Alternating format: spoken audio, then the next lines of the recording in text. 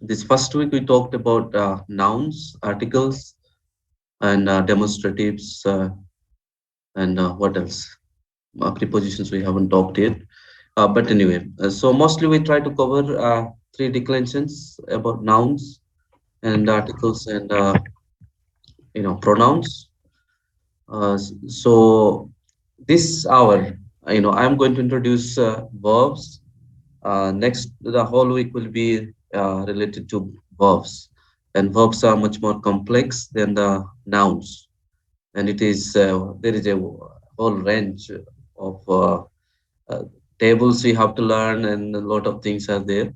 This is not to scare you, but just to prepare you. And this class is going to be an introduction to verbs and what to expect in coming weeks, next week onwards. So I believe this class and during the weekends, tomorrow or day after tomorrow, you take some time to go through this handout and prepare yourself for the verbs. At least some basic concepts you should be clear about, so that from Monday onwards, when we start learning about verbs, you would be fluent with that. So without further ado, let's begin with the verbs. Uh, what is a verb? It's a very Action, it is. okay word that expresses some action. Okay, verb is a very essential uh, word actually for a sentence, not only for the Greek but also every language. Earlier days, I used to think personally like nouns are the most important because they do the work.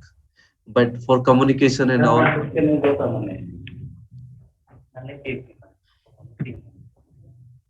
I think you can stop your microphone, mute yourself. So I used to think like nouns are the most important because they are the work. They are the agents who do the work. But when you look into communication, communicate is something, it is the verb that plays a major role, and that is the, what do you say, the nucleus of a sentence. And around that nucleus, all other things gets added. Whether you take it pronouns, you take it relative pronouns, or you take it articles and all sort of things, nouns, around the verb, they get uh, uh, they get attached to it. And so verbs generally in a wide range we can divide. There are uh, different kinds of verbs. You have transitive verbs, intransitive verbs. I'm not going to go into that grammatical things, but for our understanding, we can simply say there are some verbs, some actions are there which are physical. We do it with our body, with something concrete. You see it like a throwing, kicking, eating, something like that, which is physical action. So those are also verbs, and sometimes a mental exercise is also a verb, right? Like thinking or meditating, imagining.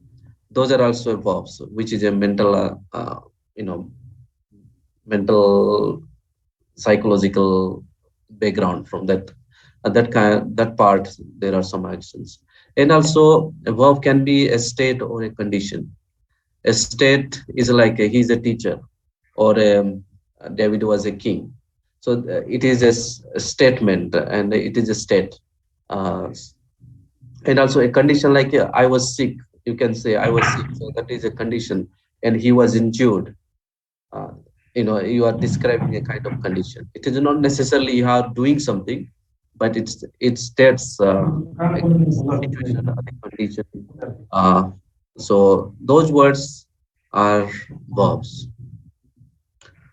In Greek, like many of our Indian languages, and I'm not sure about Goma's language, I never been to, but at least in Indian, as Indian culture, in our languages, uh, we have like a lot of things gets inflected, like verbs get a lot of suffixes, infixes, and there are a lot of information that comes along with the verb. So when you take a verb, you get some additional lot of information. And in Greek, at least you will have five key informations in a verb. Suresh Maji, would you mute yourself? Suresh? Just mute yourself.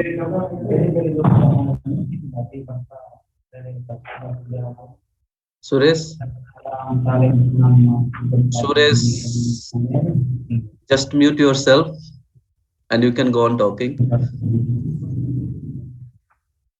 I think I'm still not audible to him. Okay. Okay. So uh, in a Greek verb, we'll have person, number, tense, mood, and voice.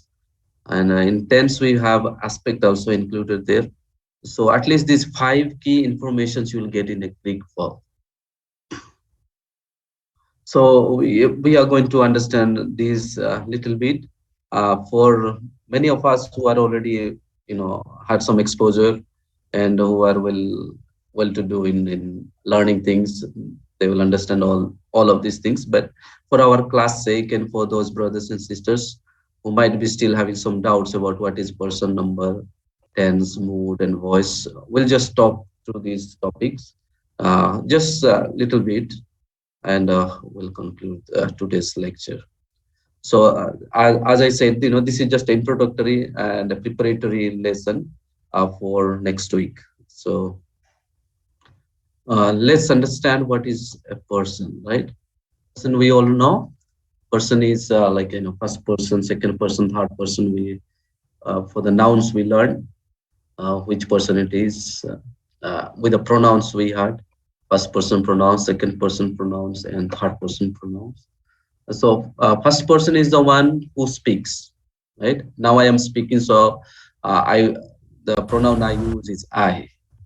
So, but it is like a first person, and if you are too many of us, then we'll say we. So that is called the speaker is a the first person, and to whom you are speaking, to whom you are addressing. Like now I am a teacher, so I am addressing you. So you are the second person whom you are addressed to. So those are the second person you, and it can be plural you also. Third person will be who is beside me and you. He is the third person. Like maybe we are talking and there is a family member standing. Sometimes my daughter comes in here, and she will be the third person for me and for us. So who is not actively engaged in the communication. Suppose now we are like a class and me, we are talking, and if another person comes in, that will be a third person. So that's all about the person. I hope it is clear, and there is nothing much to explain. And let's see what is a number. Number we already learned little bit in nouns, singular and plural, right? Singular is pretty much single, and plural is more than one, so that is plural. In some languages, they have dual also. Dual means two people. So it is not singular and it is not many, but just two. So in translation, when if your language has the dual kind of thing, then you have to be watchful, especially when the two disciples are going, and even with the book of Acts, Acts when Luke is writing that time, you have there is a lot of instances where you have to use the dual pronoun. So some languages have, but Greek doesn't have, thankfully. So we will be saved from a lot of headaches. Anyway, so numbers we have singular, and plural. In I'm sure in your languages you would recognize it well. And we have tense. Tense is a big topic, and particularly the Greek tense, there is a continuous, a perennial discussions going on about Greek tense. So we are not really telling you the kind of a complete master blueprint of Greek tense. There is still scholars debate on certain things. When we say tense, we usually think like it is present, past, and future.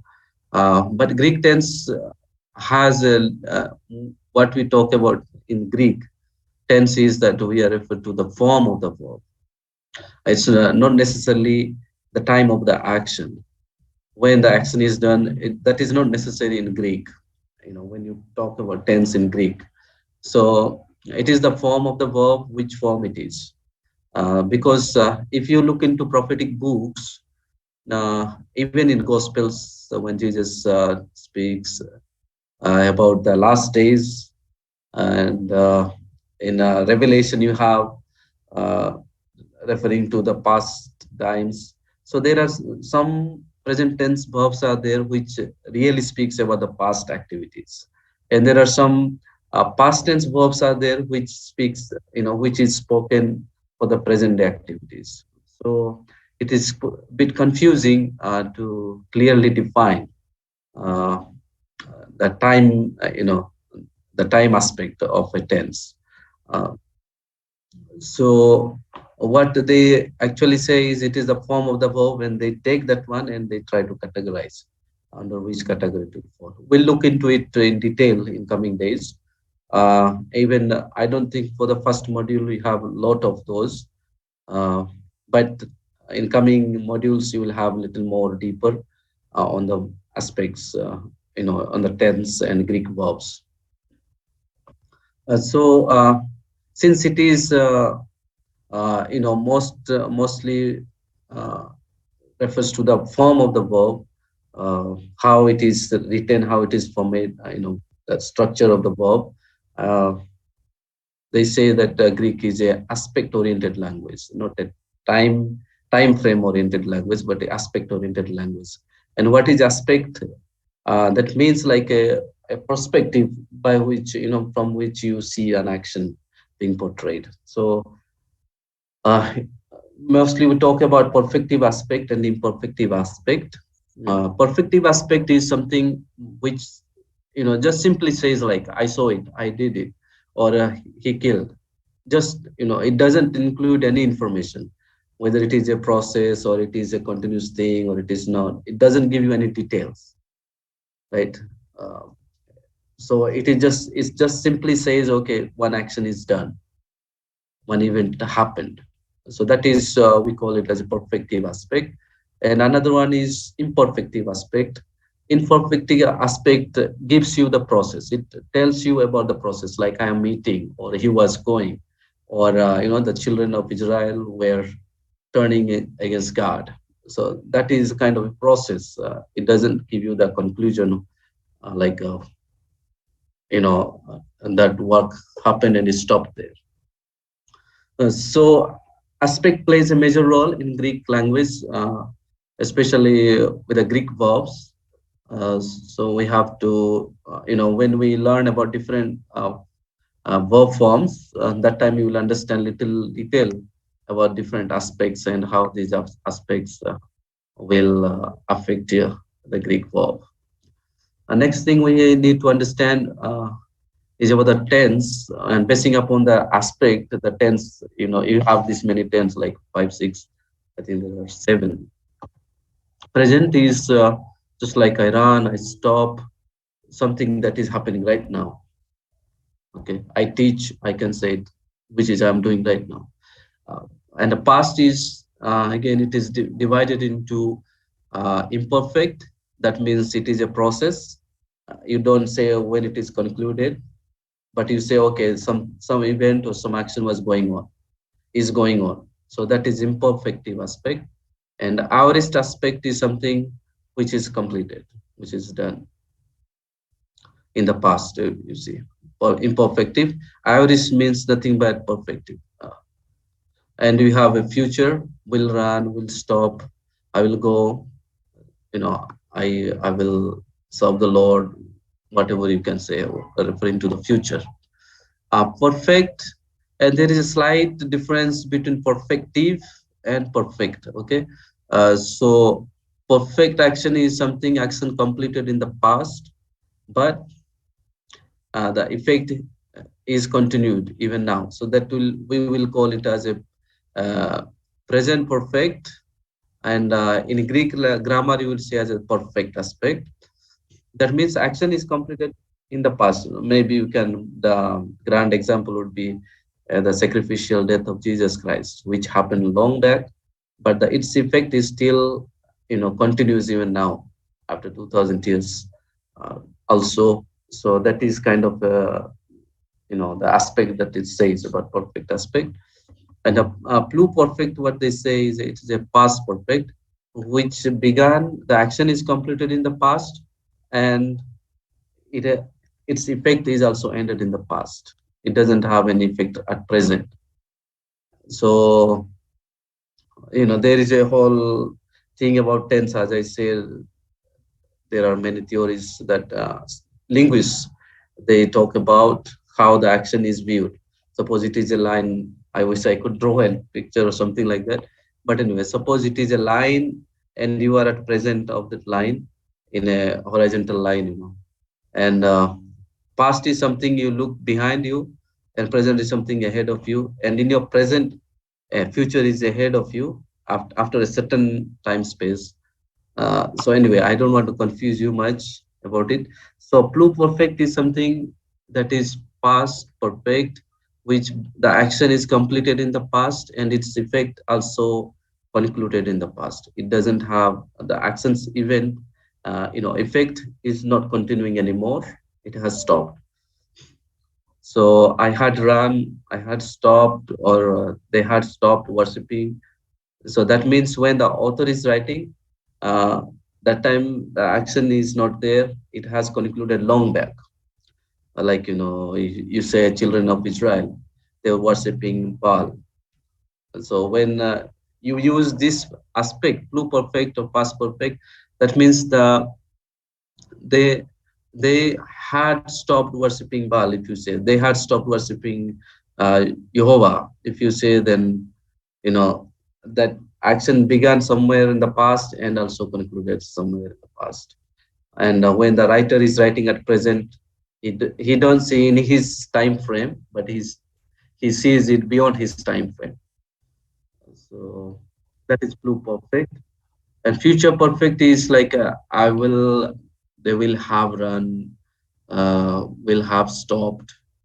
uh, we can add some any sentences on this, like, when I grow up, I will have, uh, I would have built my house or something like that, you can say. So it is something, it is not at present done, but you see, after 10, 20 years, maybe I would be old and I will be doing this or that, you know something like that.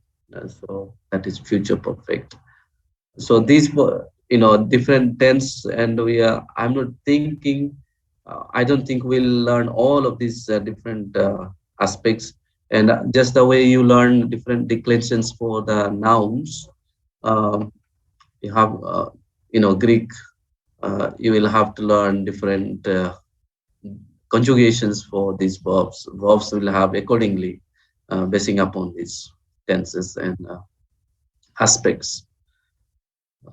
So let's talk about mood, because mood is also included in Greek tense. Uh, this is a general introduction, so you don't really see anything much about Greek moods, but just introduction. What is a mood? Mood indicates the relationship between the action and the reality. That is, whether the action is real or hypothetical.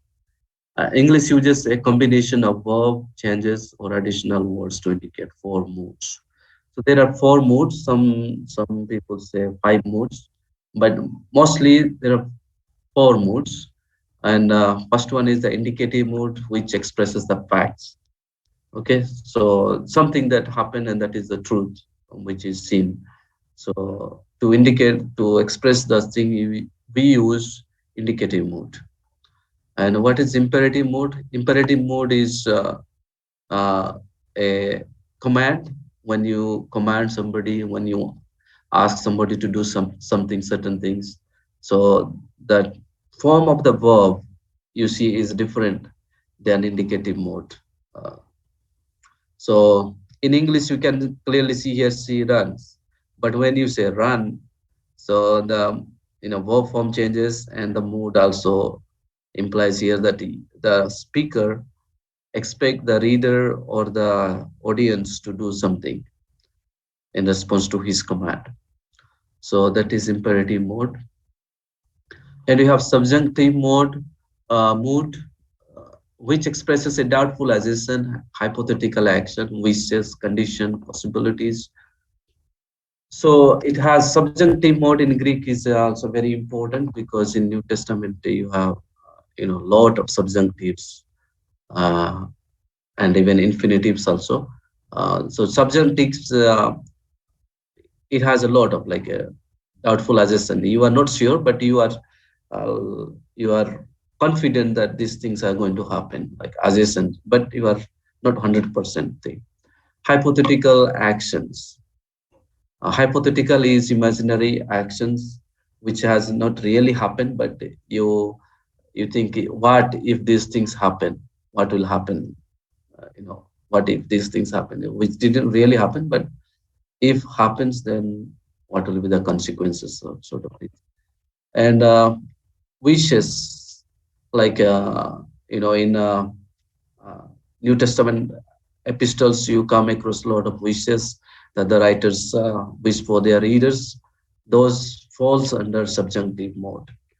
And conditions, uh, also you find a lot of conditions in New Testament, and those falls under subjunctive mode. And possibilities, what are the possibilities? Uh, you know Certain situations, I think, like Apostle Paul expresses his possibilities of being released from the jail. uh, there are some other things also, examples you can think about. So those all falls under subjunctive mood. Infinitive mood refers to action without a person or number. It practice In practice, it functions much like a verbal noun. It is formed in English at least, it is formed by adding the word to the verb form. To shine, to throw, to eat, to drink, to run is a healthy practice, we can say. So actually it is a verb, but you want to use it as a noun. So um,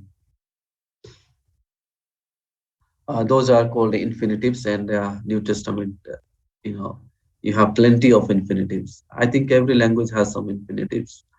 So uh, that is mood, for moods. Now let's talk about voice. How many voices we have in English?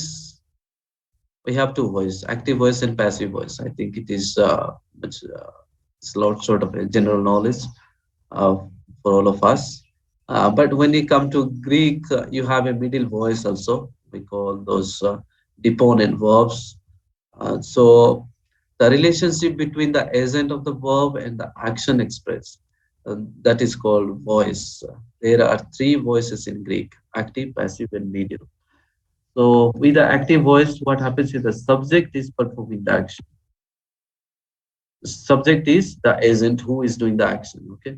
So here we have like God loves the world.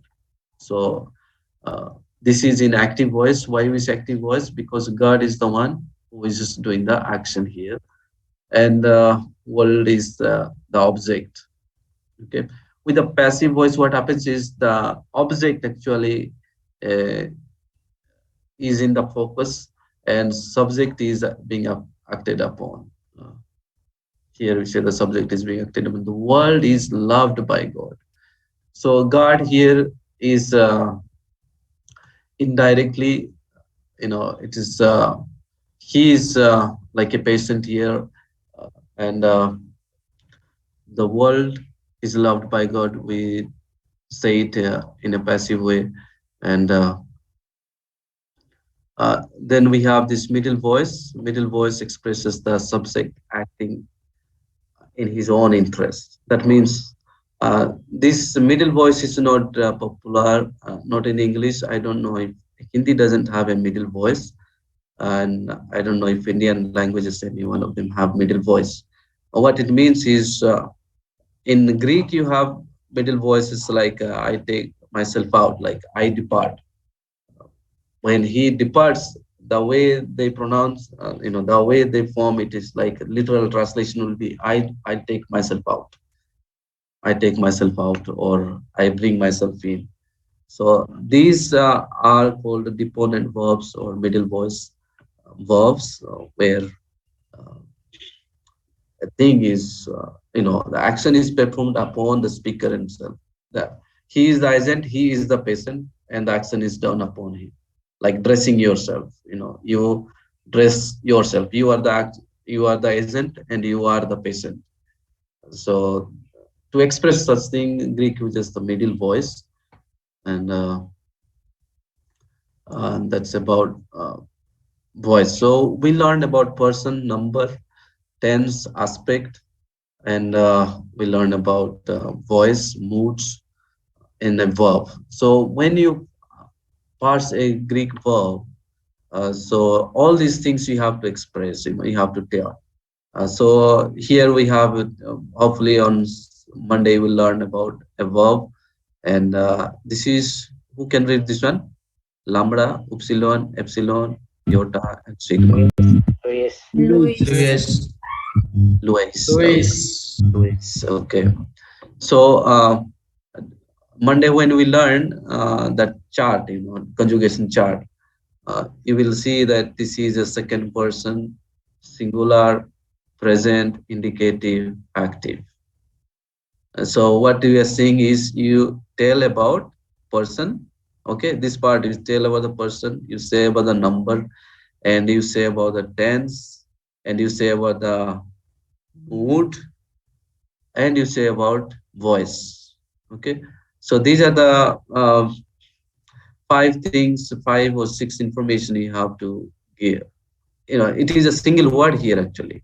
Single word. Voice is a single word, but it has this many information in it. So, sorry, my daughter came in. So let us look at some Greek verb forms. I don't think I am ready for this now. So I'm not really going to show you Greek verb forms. Uh, this will be on Monday. Uh, so what we're going to do is, since you need to learn this one, so maybe what is the time now? It's 11:30. I will take maybe 15-20 minutes. We'll just go through some vocabulary, Greek vocabulary. You just read and try to learn their meanings. And as part of introduction to basic Greek, you are required to learn certain numbers of vocabulary, certain numbers of words by heart their meanings, and also which gender, which things they fall under. So I'm going to share another file, and we'll just walk through this one. So before I go ahead, any questions you have so far with this introduction thing?